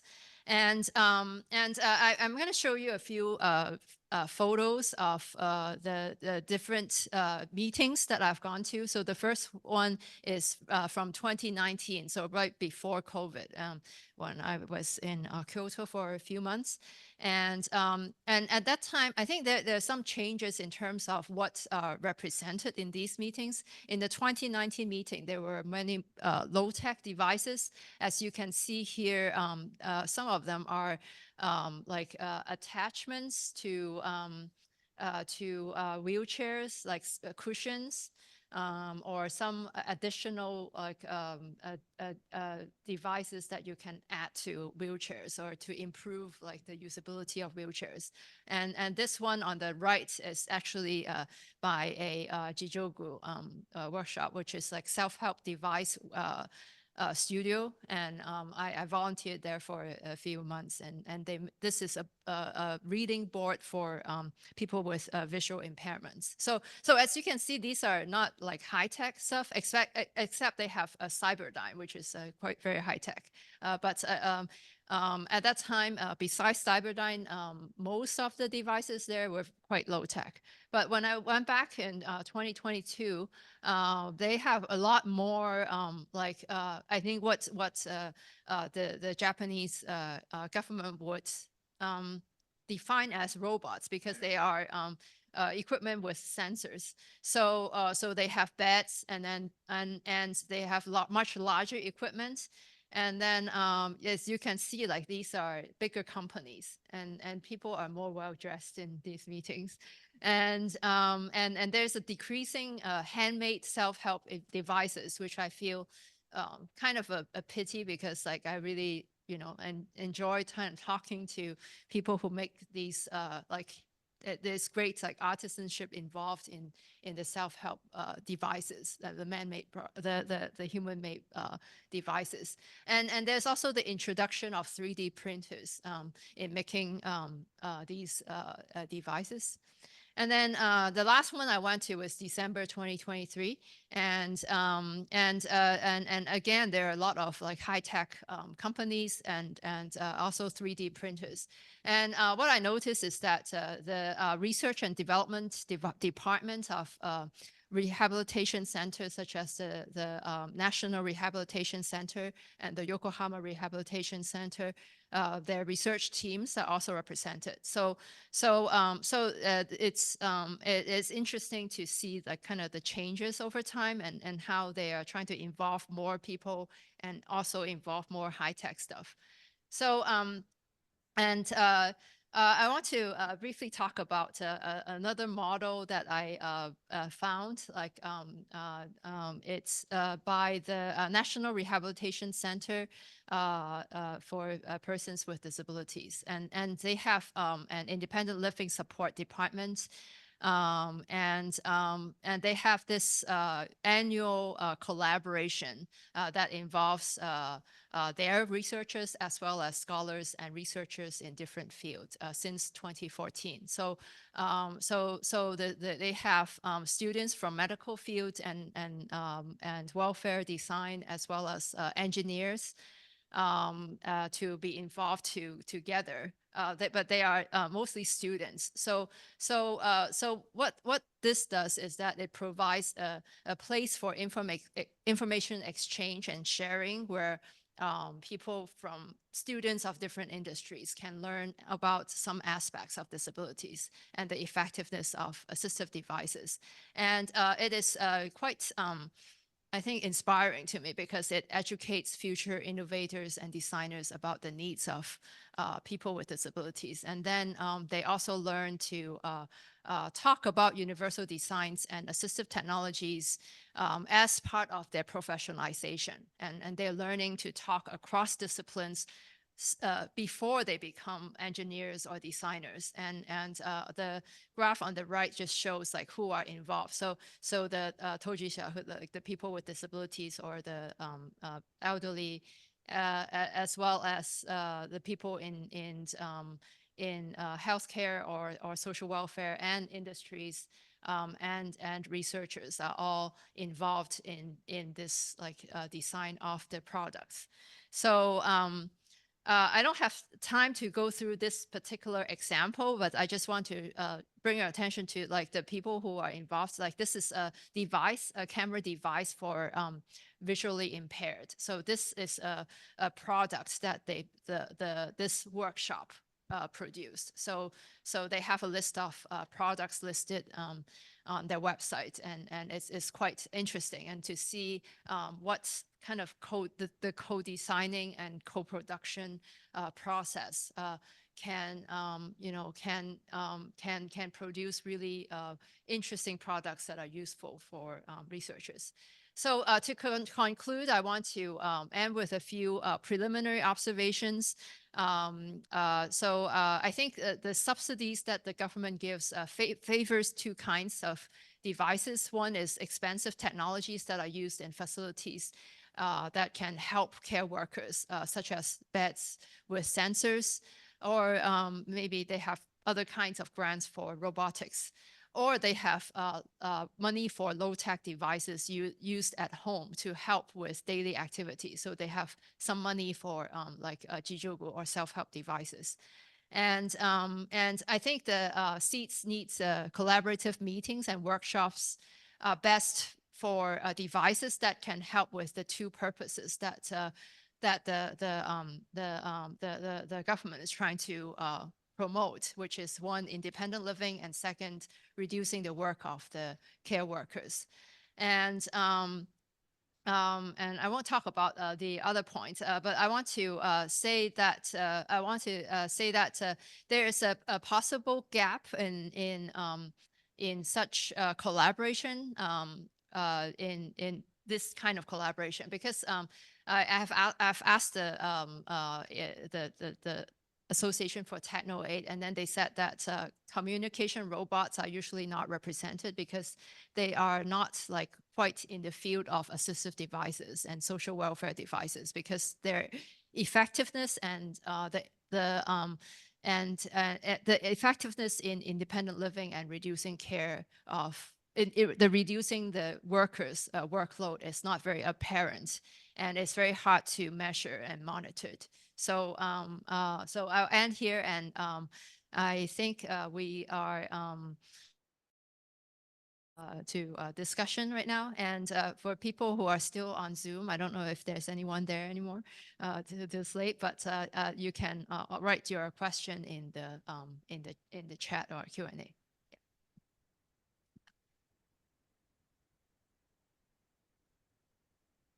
Thank you all so much. You gave such different perspectives on kind of multidisciplinary and multi-stakeholder collaboration.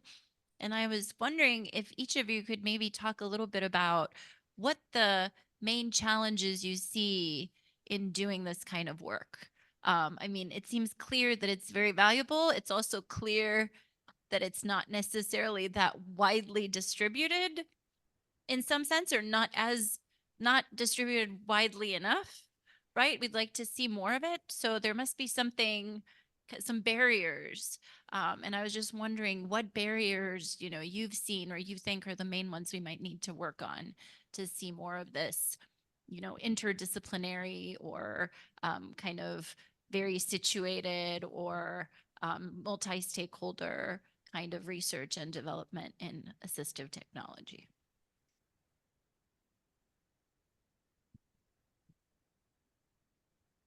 In my case, so I want to develop the robot which continuously living with elderly people in the nursing home.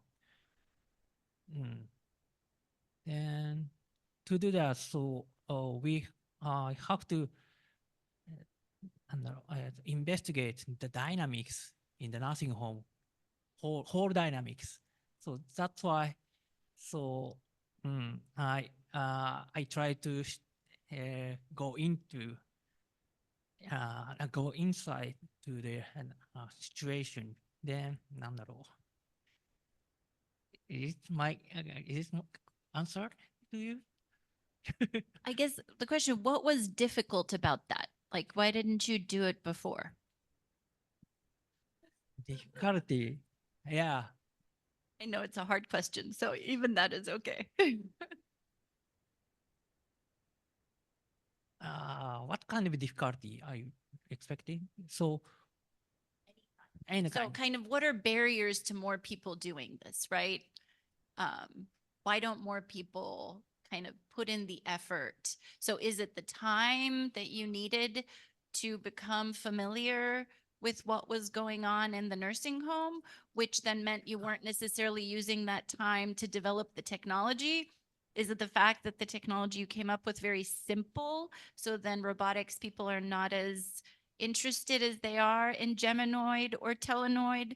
Kind of what are some of those barriers you think? I think the easy to use is most important for the care staff. Then cost is very important for the administrator.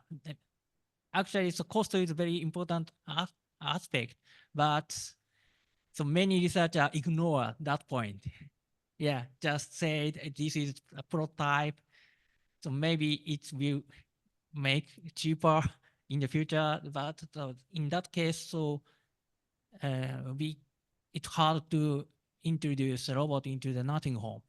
Then, and also so for the dementia people, intuitive interaction design of the robot which can be intuitively interact with is very important. For example, dementia people, a case of the dementia people, so they due to the cognitive impairment, so it's hard to remember how to use that robot. And also for them, so appearance, quite different appearance is they feel their different appearance from the human is very weird. For example, so we provide several humanoid robot in the nursing home. Some people said this guy is quite scared. Yeah, even though we feel that this is quite cute, but elderly people feel scared. On the other hand, so when I provide Hiro-chan, so many young care staff said this is creepy. This is opposite. So on the other hand, so when they provide Hiro-chan to the elderly people with dementia, they are surprised because so elderly people really enjoy the interaction with this robot. So maybe so viewpoint of the elderly people with dementia is completely different from the healthy people. So we have to be careful about it. Then we have to careful about that point, and then carefully introduce that aspect into the design of the robot. Thank you. I just want to add some point regarding from my point of view about robotics. So I can like kind of differentiate between the robotics that serve for one particular purpose. Like you need a robot who can be able to support some task and you just need it for that. It's similar to what industrial robots are for, but the other is the robots who are for more interaction with humans. So on the supportive side, I mean, for example, I remember the bed bath robot. It's not a robot, it's a machine, but you are like trying to solve an issue and you just need some machine that is able to solve that problem. So this is one of the research on robotics that is done, and maybe there is no much discussion about it. If it's helpful, it's okay. I mean, we just introduce it. But the other side is on the robots who can have interactions with humans. So that is quite ambiguous in terms of what is the best solution, because you don't have an actual like definition of how humans what is the core of human interaction. I mean, there is always discussion between robotics about what is cognition, what is consciousness. So there are many discussions about this. So at the end, you end up like providing some trial of one possible solution. So for example, I remember in Professor Angelina at the end, she said that in these seat and needs discussions, they didn't consider these talk robots who can talk like one of the targets of their work, because at the end you don't have like a concrete measure of if this is useful or not. Actually, I was wondering about Professor Sumioka's talk when you were talking about the negative and positive. I was wondering, in the case of dementia, what should be the expected best result for example, what should be the expected result? So you said that this robot is a really good one. May you have some answer to this? So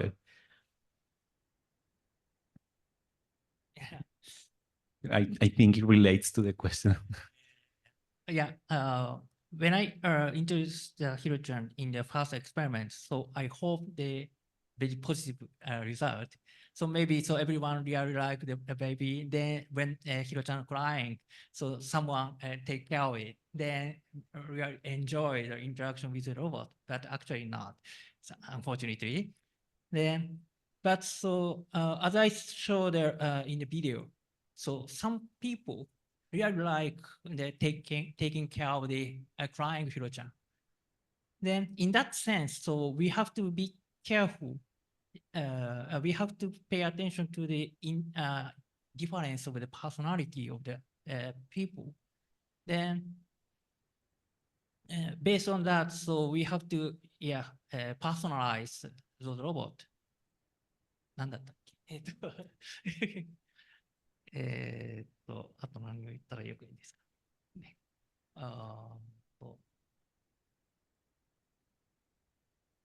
Then, so actually, so 思い出しました。I remember. Okay. Actually, so I think even Hiro-chan even Hiro-chan crying Hiro-chan provide the negative effect in the nursing home. So it's okay when we appropriately control the negative effect in the nursing home. Just for example, so just a very short time, Hiro-chan crying, it's okay. Oh, okay. The important point is so introducing Hiro-chan activate the activity of the many elderly people.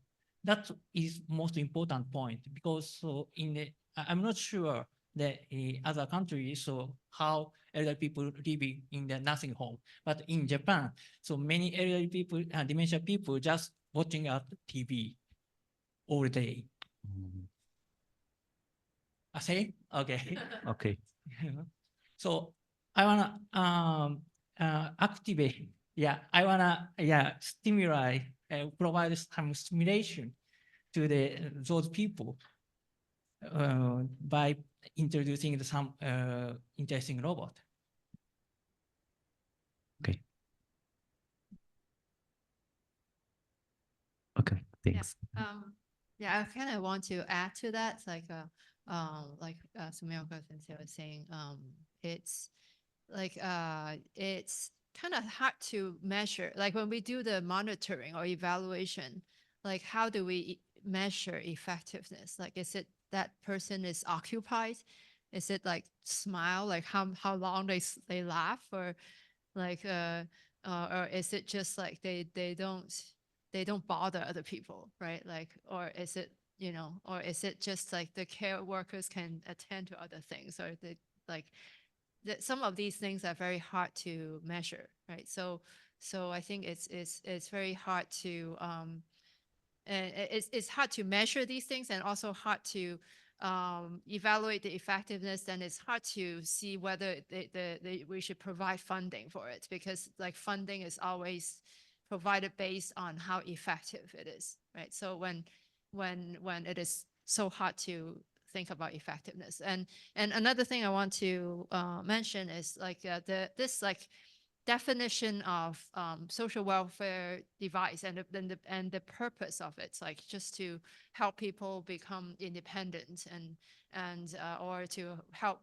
reduce care workers' load. That's very limited, right? Like what if people who cannot become independent, like who are severely disabled, and you can only provide comfort and make them feel better, or maybe you can give them dignity, but these things are not measurable. So I was trying to point out that the purposes that they say for these devices are a barrier in kind of expanding what's developed, and also collaborative efforts.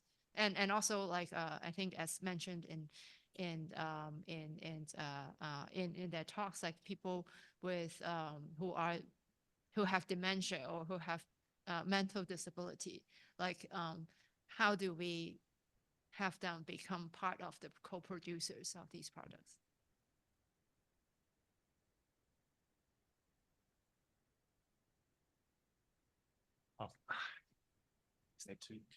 Well, my question's for you, so it's better that you keep yours.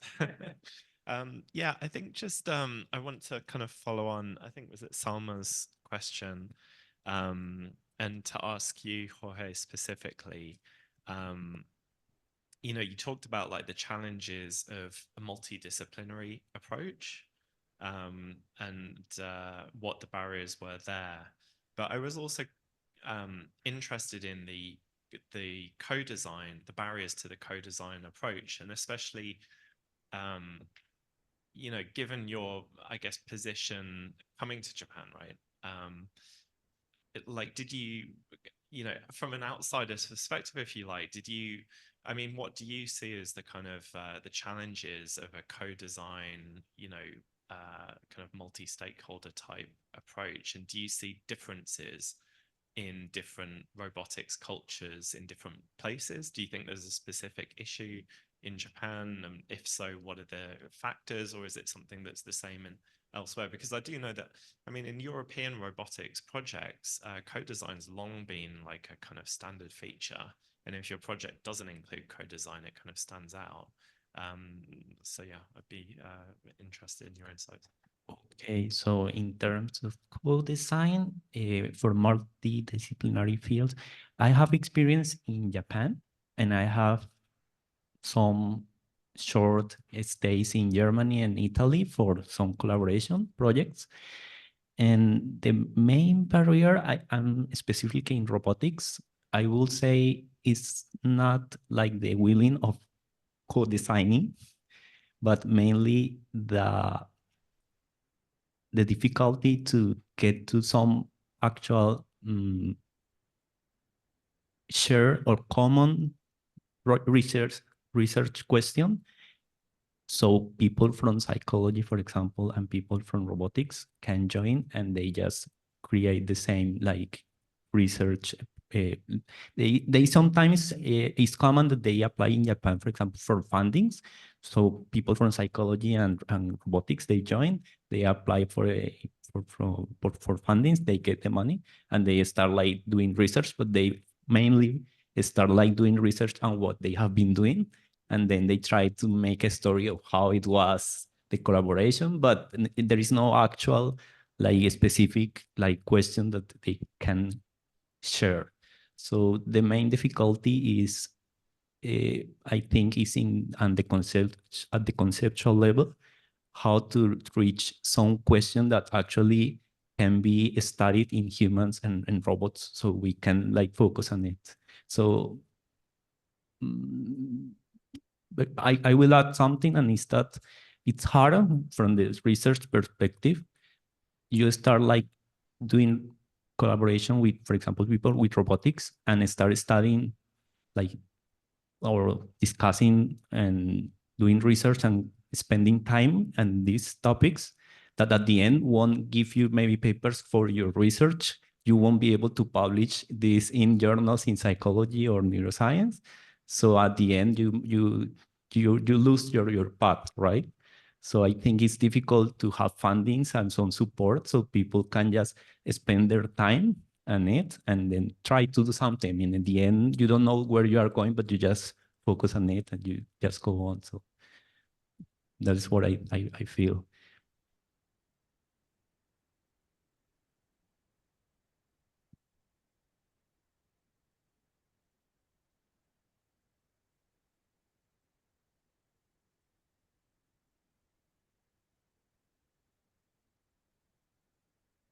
Thank you.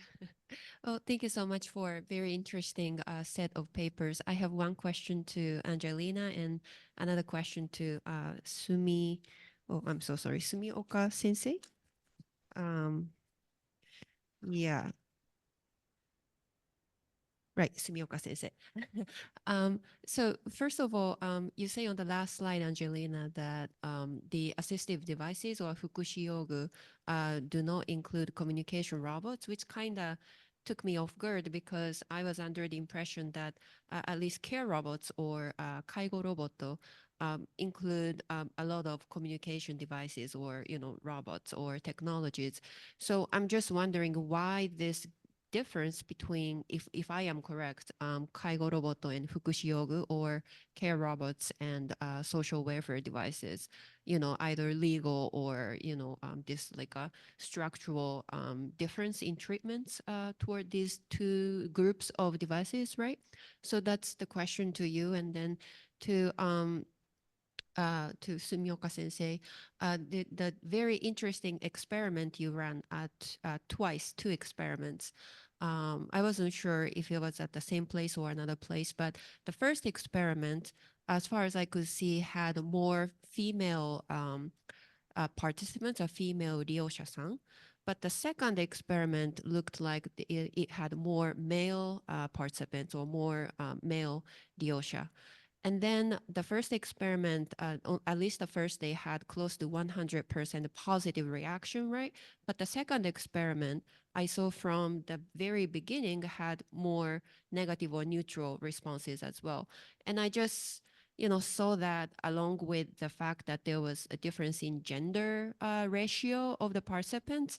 And especially with this generation of elders or ryosha, I would assume that probably women have more childcare experience, life experience than men.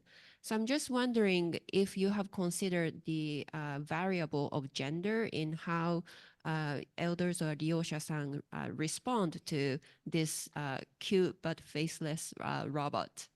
So that's my question. Thank you. So I think like what I'm saying here is kind of based on my research in like these seats needs matching meeting, and also the like Fukushioku Tenji Kai, or any kind of like each cities or prefecture would have their like Fukushioku Tenji Kai, and then I went to many of them, and then I did not see any like robots, like humanoid, or like communication robots. They have like, I guess, robots in broader sense, like beds with sensors and things like that. And then I always ask them, how come you don't have those robots? Because they are said to be like Kaigo robots. And then they always give me the answer is that, like first is they are hard to be categorized because they cannot be, their effects cannot be evaluated. So they are just not included in such. And then another answer they would say is that, like during Abe's administration, like these robots were very much promoted as part of the solution.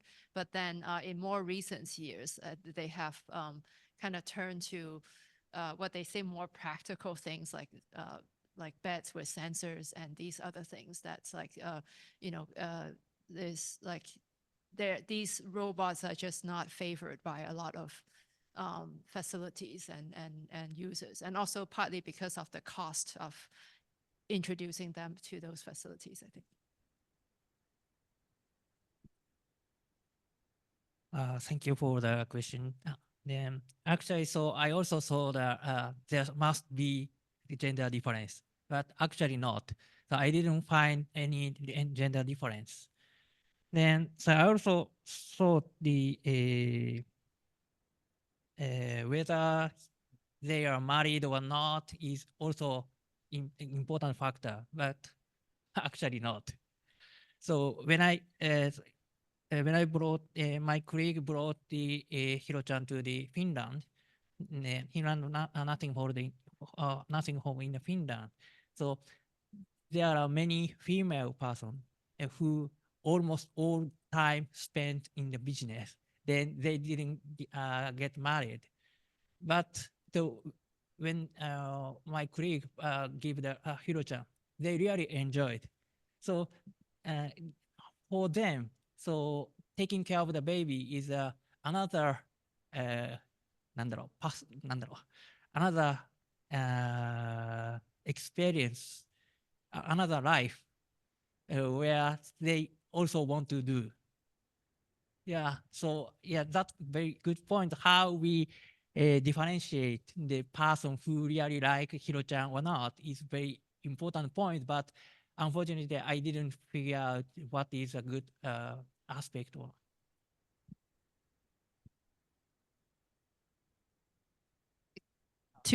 We'll take two more questions, two last questions. Yeah. Anybody?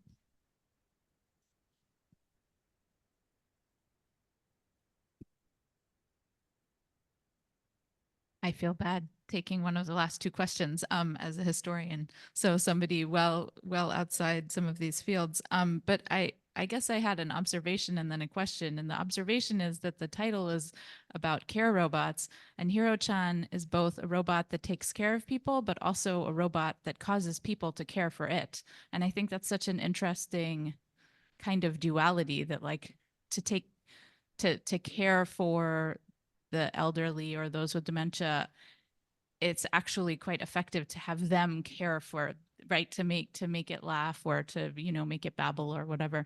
And so it was sort of around that question of care and also profit. I sort of heard a tension in all of the talks between social welfare and profit. And I wondered if, I mean, all of you are coming from different perspectives and different experiences, but if you could speak to, in your particular field and in your research, how you think about the profitability or lack thereof of care and what that looks like. Mike, I'll answer first. Yeah, I think that's something that I have been thinking about. And the reason that I kind of turned from studying robots to more low-tech stuff is because I discovered these cobalt workshops or studios that are making low-tech devices that are not kind of outside what we think of as the silver industry. That's like that is in HCR like every year. And they are also in XCL, but then they're kind of in the corner and not quite really, you know, part of the market because like they're not selling things. So so they are more like volunteers making devices that would be practical for their neighbors. So people go there to ask for them for help. So that's something that I have been interested in about like is that an alternative economy there in terms of like welfare devices?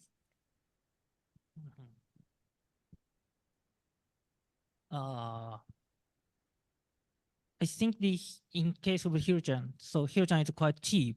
So yeah, we will develop another business model compared with the other companion robot. So for example, so なんだろう、社会貢献 social contribution. Yeah. Yeah. Since so yeah. Currently, so we found the Hiro-chan is quite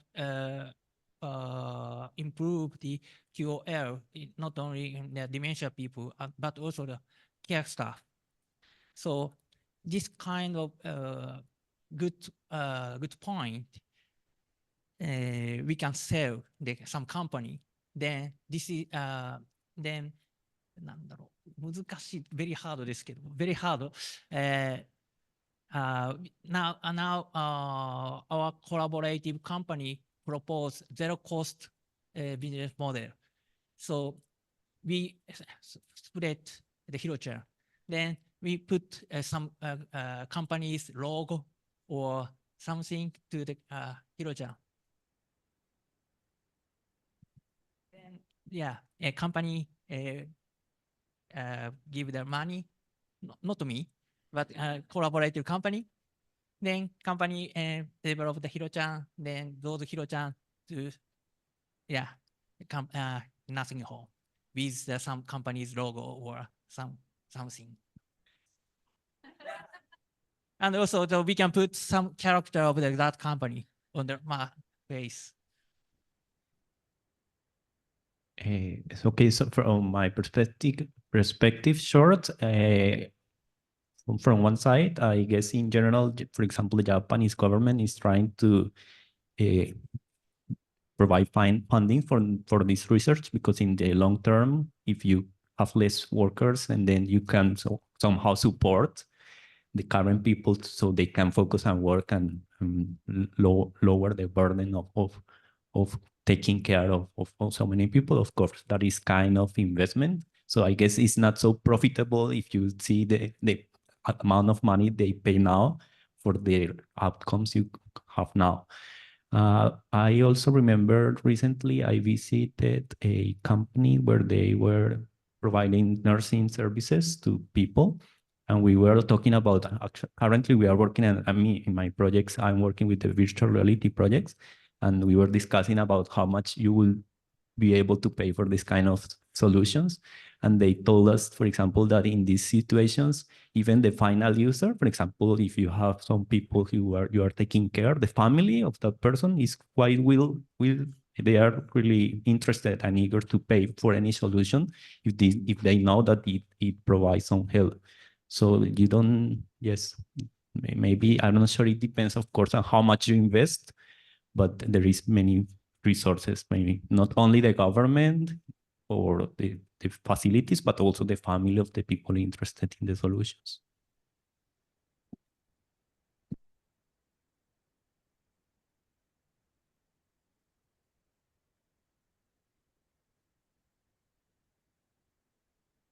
So from Grace, it seems that there needs to be a more granular understanding of the stages of dementia and the challenges each of these stages present to the persons with dementia and their caregivers. To that end, has there been any integration of geriatricians and gerontologists into the collaborative process? Yeah.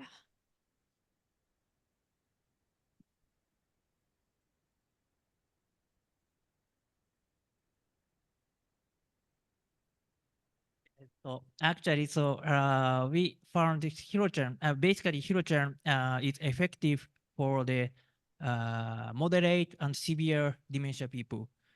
And then